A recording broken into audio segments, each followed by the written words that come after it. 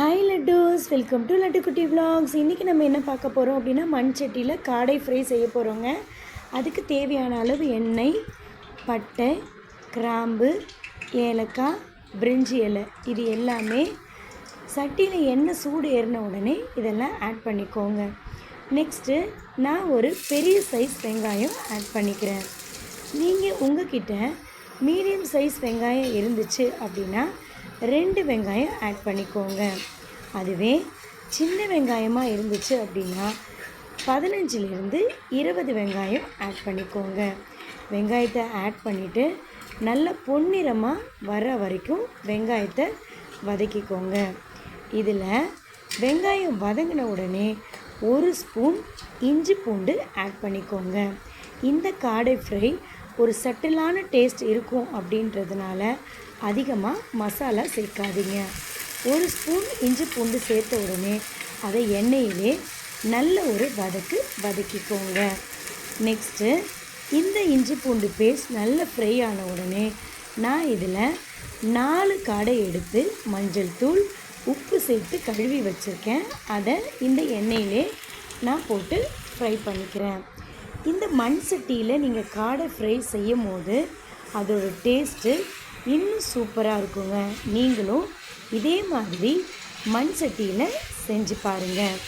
இந்த காடை ஃப்ரையை நல்லா வதங்கின உடனே இதில் ஒரு ஸ்பைசஸாக நம்ம ஆட் பண்ண ஸ்டார்ட் பண்ணலாம். ஃபஸ்ட்டு எடுத்த உடனே 1 ஸ்பூன் மஞ்சள் தூள் ஆட் பண்ணிக்கோங்க. நெக்ஸ்ட்டு இதில் 1 ஸ்பூன் மிளகுத்தூள் ஆட் பண்ணிக்கிறேன். அதுக்கப்புறம் 1 ஸ்பூன் மிளகாய்த்தூள் ஆட் பண்ணிக்கேன். இது நம்ம வீட்டிலே செஞ்ச மிளகாய்த்தூள். நீங்கள் உங்களுக்கு ஸ்பைஸ் அதிகமாக வேணும், ஸ்பைஸியாக இருக்கணும், காரமாக இருக்கணும் அப்படின்னா மிளகாய்த்தூளுடைய அளவை கொஞ்சம் அதிகப்படுத்திக்கோங்க. எங்கள் வீட்டில் காரம் சேர்க்க மாட்டோம் அப்படின்றதுனால நாங்கள் மிளகாய்த்தூளை கம்மி பண்ணிவிட்டு மிளகுத்தூள் ஆட் பண்ணியிருக்கேன். இந்த ஸ்டேஜில் ஒரே ஒரு தக்காளியை பொடியாக நறுக்கின தக்காளி ஆட் பண்ணிக்கோங்க. இந்த காடை மேக்ஸிமம் வேகிற டைம் பார்த்தோம் அப்படின்னா 10 to 15 மினிட்ஸ் தாங்க. யாருக்கும் தெரியாத ஒரு விஷயம் என்ன அப்படின்னா, நிறைய பேர் இந்த காடையை ஹீட்டாக இருக்குது அப்படின்னு வாங்க மாட்டாங்க. இந்த டைமில் உப்பு ஆட் பண்ணிக்கோங்க. ஆனால் சிக்கனை விட அதிக ப்ரோட்டீன் எதில் இருக்குது அப்படின்னு பார்த்தோம் அப்படின்னா காடையில் தாங்க இருக்குது. ஸோ ஒரு வீக்லி ஒன்ஸாவது இந்த காடையை நீங்கள் உணவில் ஆட் பண்ணிக்கோங்க. எல்லாமே சேர்த்ததுக்கப்புறம் இந்த காடை வேகிற அளவுக்கு தண்ணியை ஆட் பண்ணிக்கோங்க. நான் ஓரத்துலலாம் மசாலா இருக்குது அப்படின்றனால கொஞ்சம் தண்ணியை சைடில் ஊற்றுறேங்க. நீங்கள் காடைக்கு தேவையான அளவு தண்ணி ஊற்றினா போதும். நான் இன்றைக்கி ஃப்ரை தான் செய்ய போகிறேன், அதனால் கொஞ்சமான தண்ணி ஊற்றினா போதுங்க.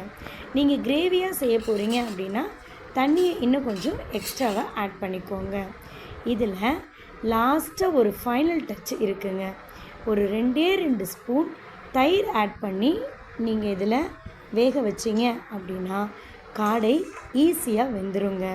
இது ஒரு 15 மினிட்ஸ்க்கு நடுவில் நீங்கள் பரட்டி விட்டுக்கிட்டே இருங்க. இப்போ ஆல்மோஸ்ட் காடை ஃப்ரை ரெடி ஆகிடுச்சு. இதில் ஒரு கைப்பிடி அளவுக்கு கருவேப்பிலை சேர்த்துக்கோங்க. லாஸ்ட்டாக இறக்க போகிற நேரத்தில் ஒரே ஒரு டிப், இதை மட்டும் ஃபாலோ பண்ணுங்கள்.